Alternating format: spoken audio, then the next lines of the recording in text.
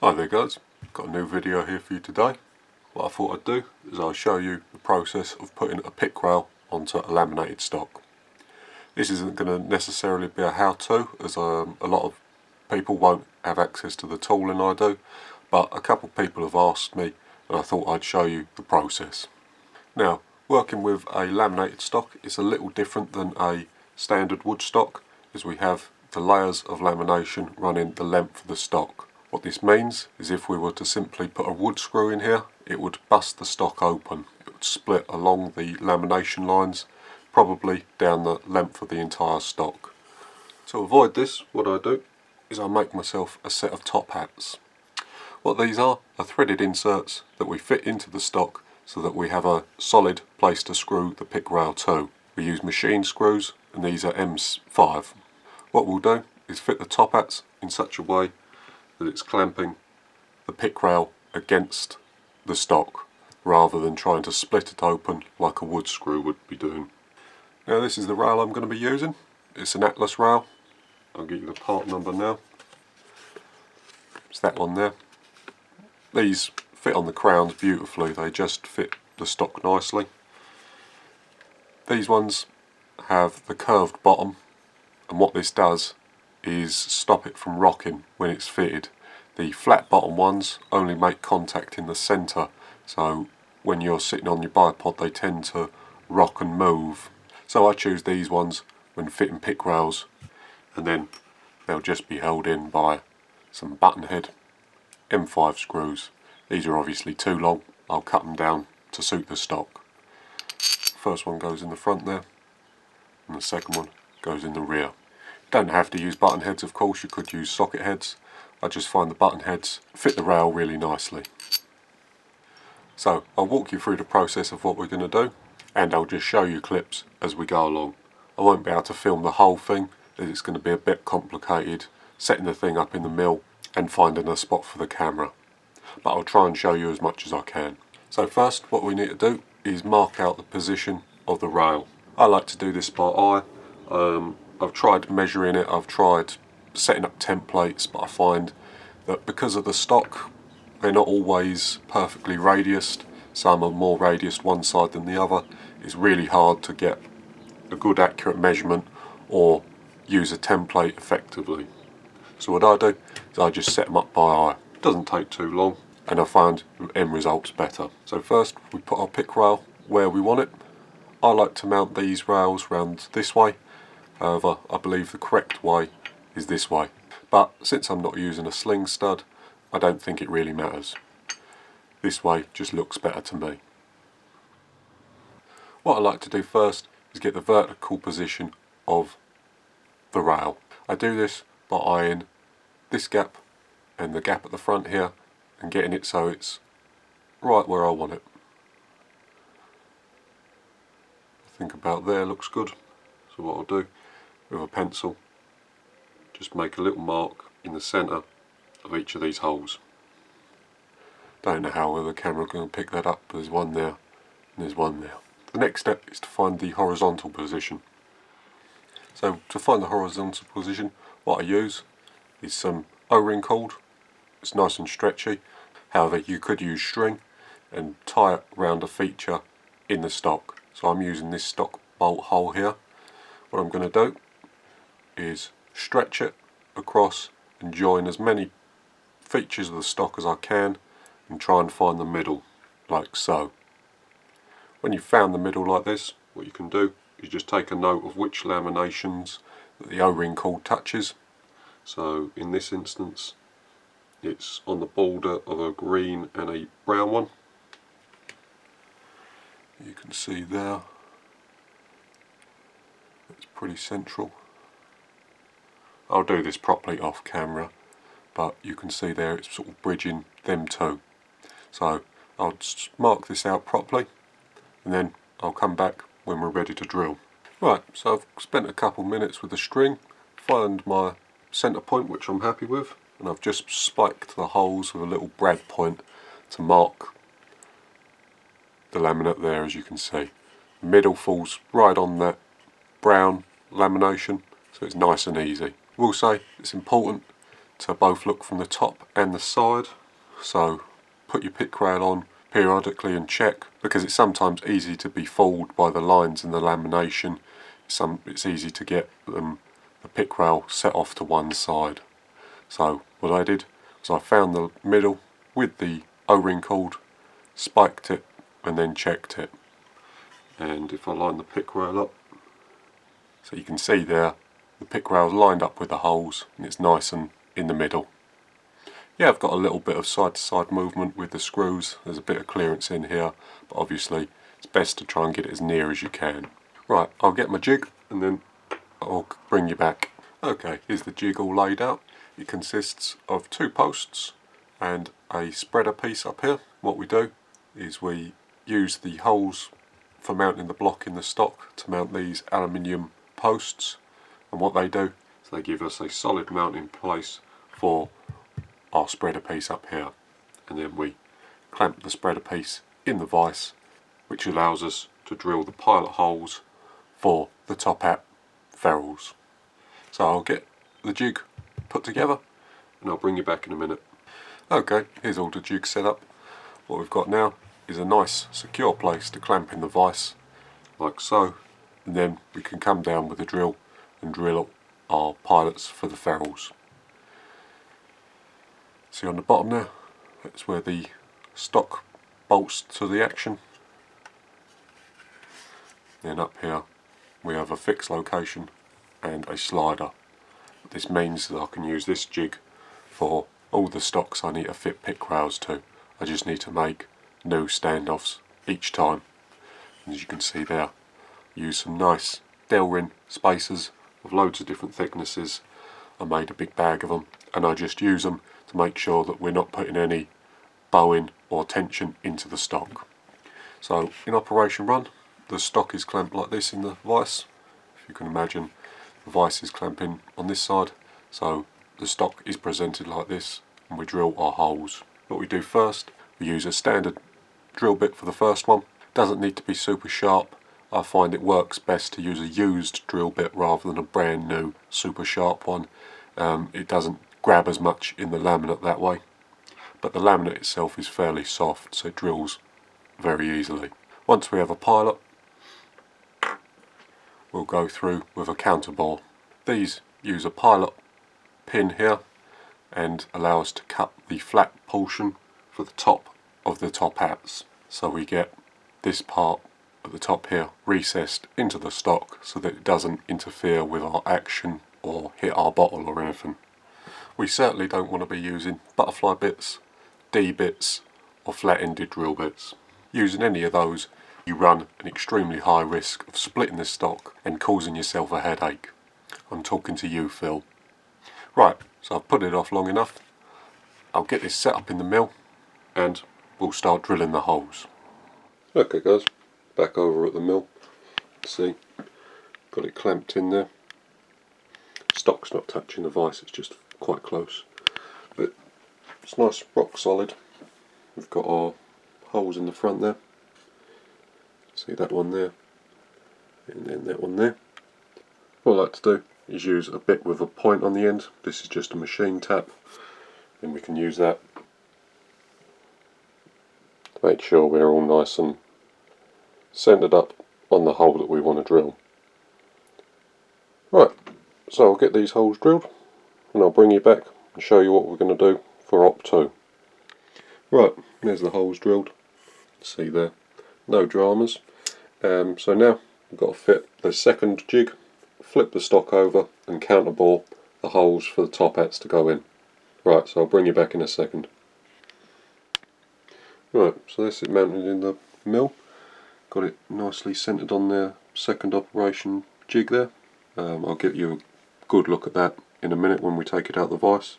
As you can see there, the counterbore's just above the hole, and as we go down, the pilot pin will centre in the pilot hole and we should get a nice flat bottom for the top hat to sit on nicely. So I'll get these cut and I'll bring you back when we're ready to drill the final hole. Right, there's the 2 holes counterbored out. The top hat's fit in there nicely. And going to be enough clearance there so that they're below the level of the bottle and the action. So, final operation is to take it out of this jig, put it back in the original one and drill the holes from this side. That way any furry edges lead into this hole here, so your finished side looks nice. Right, I'll get it out of this and I'll bring you back in a minute.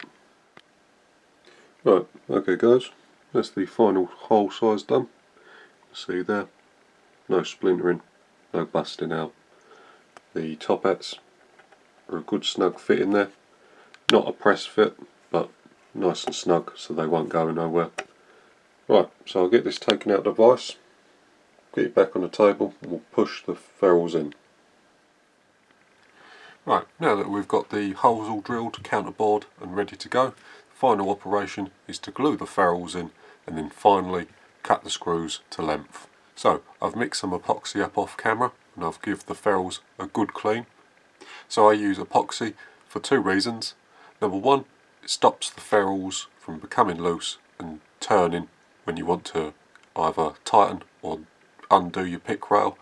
And the second reason, and more important reason, is that it helps bind the two laminates together. So in here we've obviously drilled through three laminates, and what the epoxy will do is help to bind them round a strong point, the ferrule. Now, I don't know if this makes a ton of difference, but I've done this on about 15 rifles now, and I've had no problems at all with any of them, with the laminates cracking or the pick rails coming loose.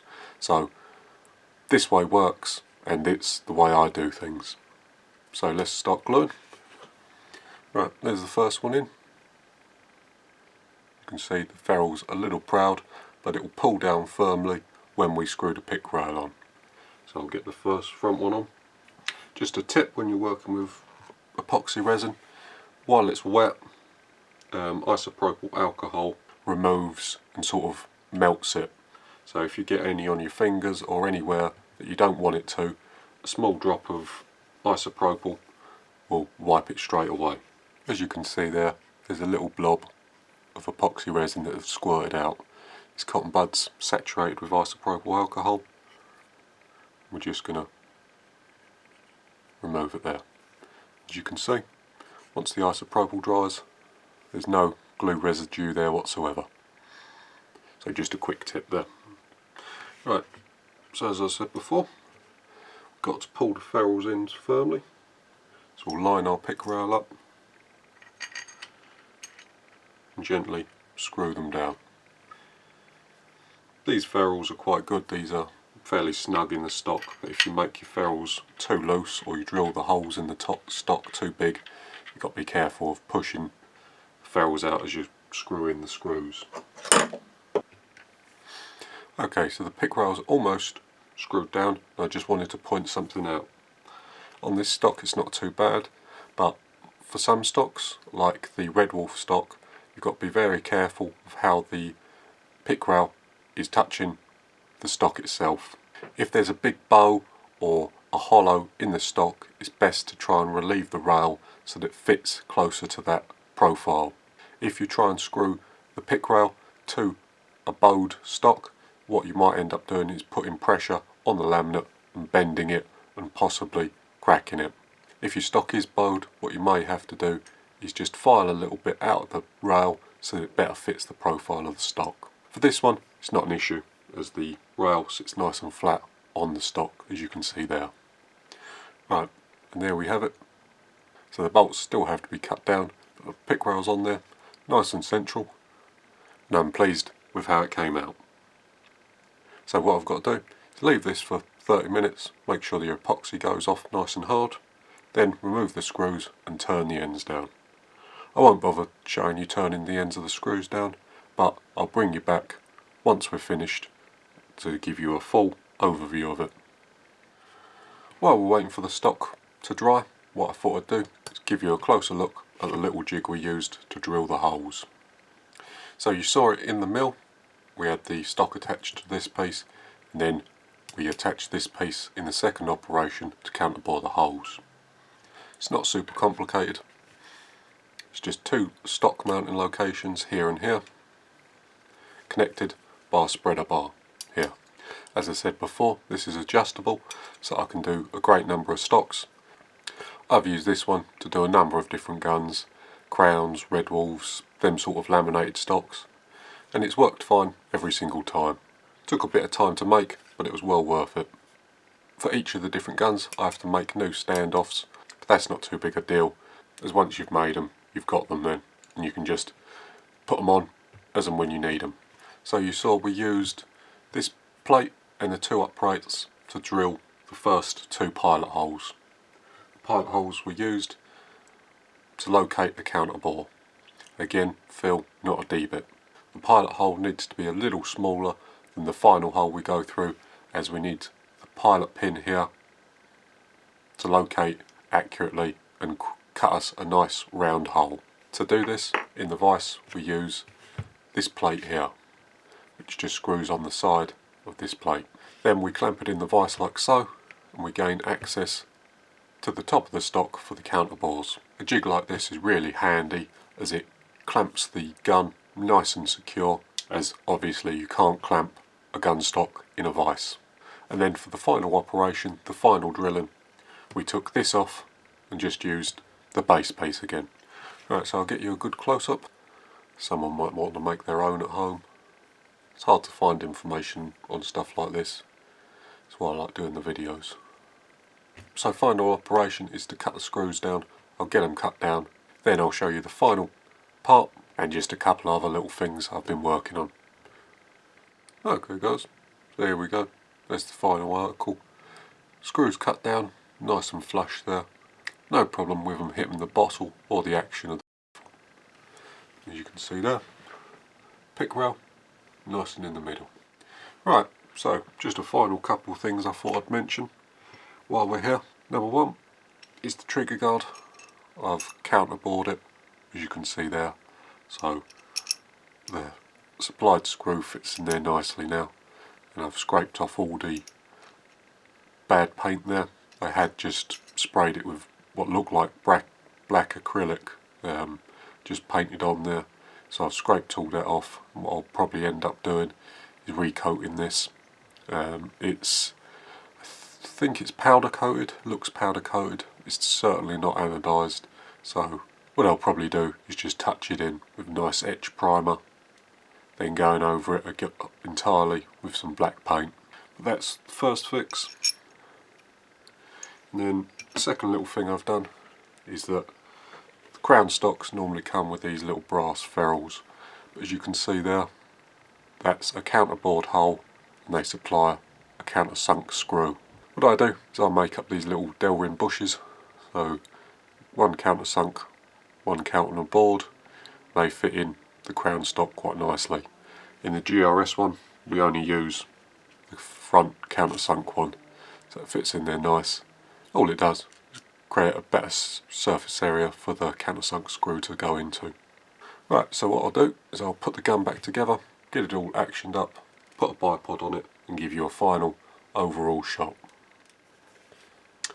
Right, and that's it guys. Got an Accutac fitted to it there. Nice and secure. Bit of sacrilege putting a Accutac bipod on a Atlas rail, but Accutac don't make a nice rail, so that's their fault. Very nice. Really pleased with how this came out, and I hope you've enjoyed it or learned something. Just something to keep in mind when you're looking for a pick rail to be fitted to a stock, and it's also the reason why they're quite expensive to have done. If your RFD's super cheap, ask him what he's going to do. If he's going to put wood screws in there, walk away. It's not worth the hassle, especially on a laminated stock. Even if it doesn't crack when he's doing it, continued use will wear the screws. You might end up with a loose fit in your stock. This isn't a service I'm selling, it's just bring you along to see how you fit a pick rail. Right, that's going to be it guys. Hope you enjoyed watching. See you in the next one.